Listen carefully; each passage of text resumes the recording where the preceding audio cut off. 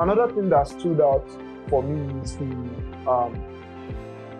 case-by-case, step-by-step guide, step-by-step guide in answering the exam. That stood all out for me because for me, I already have issues with the revolving debt schedule before coming into the academy, but getting to see the step-by-step guide in answering the exam really helped me.